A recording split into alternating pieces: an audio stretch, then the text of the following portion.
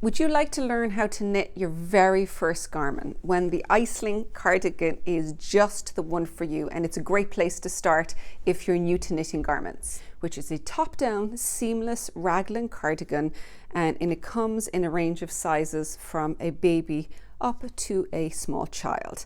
Now, it is a really, really good way of learning how to knit seamless knits for the first time, because you practice all of the techniques, but it's all on a very small scale, so it's very manageable. And if you make a mistake, you're only ripping out a small little bit of work, not an entire adult sweater.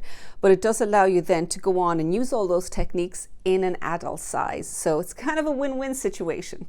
So I'll tell you a little bit about the garment now. So you begin at the top with the stitches that you need for the raglan. You do your raglan increases, then you remove the sleeves and you work the body in one piece back and forth in rows from the top down. Then you come back and do the sleeves in the round, and we'll go through all sorts of different options that you can use for working sleeves in the round.